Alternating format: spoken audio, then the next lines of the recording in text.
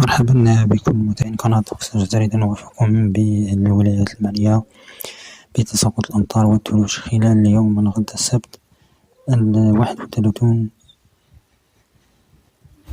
جانفي 2026، حيث نوافقكم بالولايات المعنية كولايات عنابة، كيكدا وجيجل وبجاية وولاية سطيف، سنطينة أم القروميلة.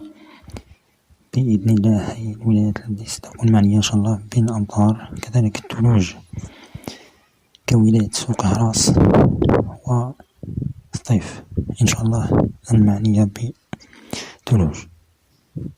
الرياح ستكون في الموعد كما نشاهد، كذلك تتعدى الحاجز 70 كيلومتر في الساعة على جل المناطق، أو نقول على المناطق الوسطى الداخلية بإذن الله.